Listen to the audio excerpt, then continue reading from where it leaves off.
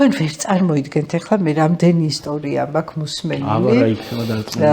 ჩემი ასაკი, ჩემზე პატარა, ჩემზე დიდი ქალებისგან, რომლებსაც სექსუალური შევიწროება გამოუწიათ, აი თქვენ ქალს ვერ იპოვით.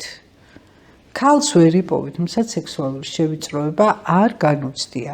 ტრანსპორტში, ახლა სექსუალური შევიწროება კიდე სხვა ტიპის მოვლენაა. ფიზკულტურის დარბაზში, ხო, სპორტულ საცურაო აუზზე.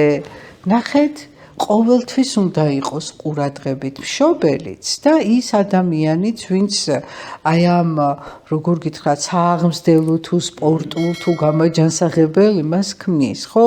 ვინ აყავს სამსახურში? აი როცა შენ ხშირად მოკარ დირექტორი ხარ, მაგრამ ხო ძალიან პრაქტიკული საკითხია.